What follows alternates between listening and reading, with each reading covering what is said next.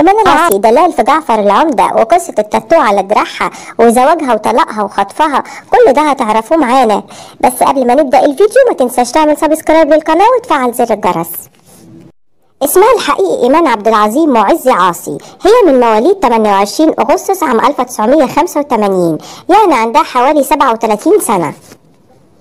وإيمان العاصي دخلت الفن بالصدفة، يعني لما شاف مصور وأعجب بيها بشكلها صورها كم صورة فوتوسيشن وأخد صورة منهم وحطها على غلاف مجلة نسائية. فلما شاف المخرج الكبير خالد بهجت راح جابها عشان تعمل بنت الفنانة راغدة في مسلسل أمس لا يموت للشبه الكبير بينهم. ودي كانت بدايتها في 2002. وفي 2005 أعجب بيها الفنان نور الشريف فراح جابها في مسلسل حضرة المتهم أبي، وفعلا عملت الدور رغم إن كان المنتج كان رافض إنها تعمل الدور، إلا إن نور الشريف ساعتها أصر عليها.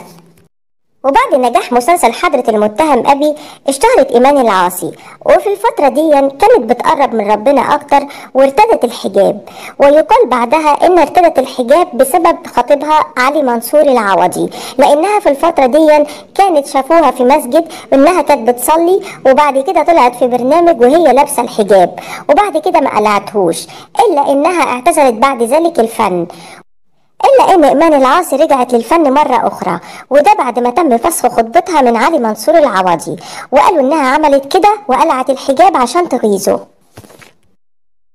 وفي سنة 2010 اتعرفت إيمان العاصي على شاب ثري اسمه نبيل زانوسي، وقال لها إن هو صاحب شركة زانوسي للأدوات الكهربائية والصيانة.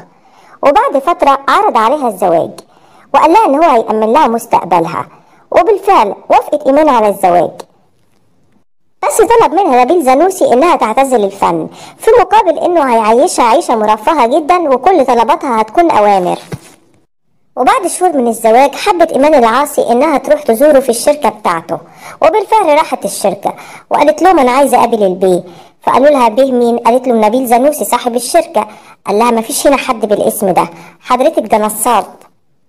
واتفاجئت إيمان العاصي ان هو مش صاحب الشركة، وهو مجرد عنده مركز صيانة صغير، ومش بس كده انه كمان بيستغل اسمها في الدعاية للمركز ده.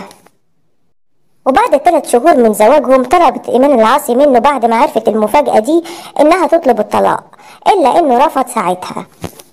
مش بس كده، منعها من الخروج من البيت وحبسها في الشقة ومنعها انها تتواصل مع اهلها وربطها بالحبال.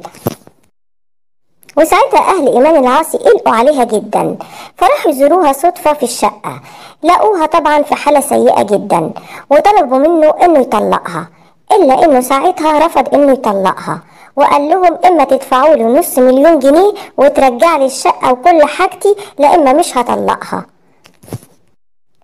وكانت ساعتها الفنانة إيمان العاصي كانت لسه في بداية حملها، وكتير نصحوها إنها تنزل الحمل إلا إنها رفضت. فما كان من أهلها إنهم يروحوا يقدموا فيه بلاغ في اسم شرطة الشيخ زايد، واتهموه ساعتها إنه خطفها وهي أثناء حملها، إلا إنه ساعتها طبعا قدم رد وقال إزاي أخطفها وهي أساسا مراته وهي في مسكن الزوجية. إلا إن بعدها بعد مساعدات وتدخل للفنان أشرف زكي الطلاق تم ودي بعد ما أخد حاجات كتير منها. وخلفت بعدها الفنانة إيمان العاصي بنتها الوحيدة ريتاج الشهيرة بريتا، وبدأت بعد كده ترجع للفن وتركز فيه أكتر وتشتغل أكتر.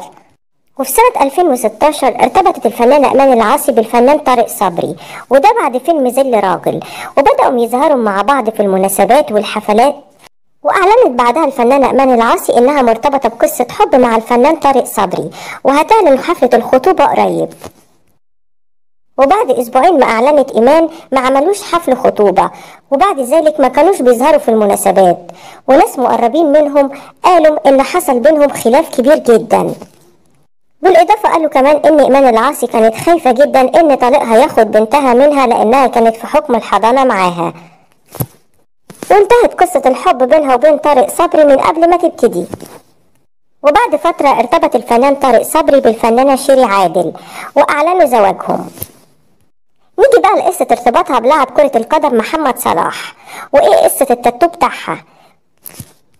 وفي فترة من الفترات حصلت شائعة ان محمد صلاح هيرتبط بالفنانة ايمان العاصي، وده حصل بسبب ان ايمان العاصي عملت تاتو بيرمز لحرفين مو، وكتير ناس علقوا وقالوا حلو تاتو محمد صلاح ده.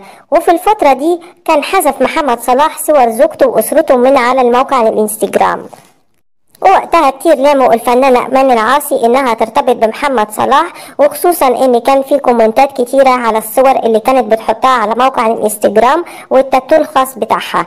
الا ان محمد صلاح بعد ذلك نزل تاني صور لاسرته، وخصوصا وهو كان بيحتفل بعيد الكريسماس، وطلعت كل دي بعدها كلها اشاعات ونفوا الاتنين اي علاقة ارتباط بينهم. صرحت الفنانة ايمان العاصي في اكتر من لقاء انها ما بتفكرش في الجواز حاليا، وحياتي كلها البنكريتاج،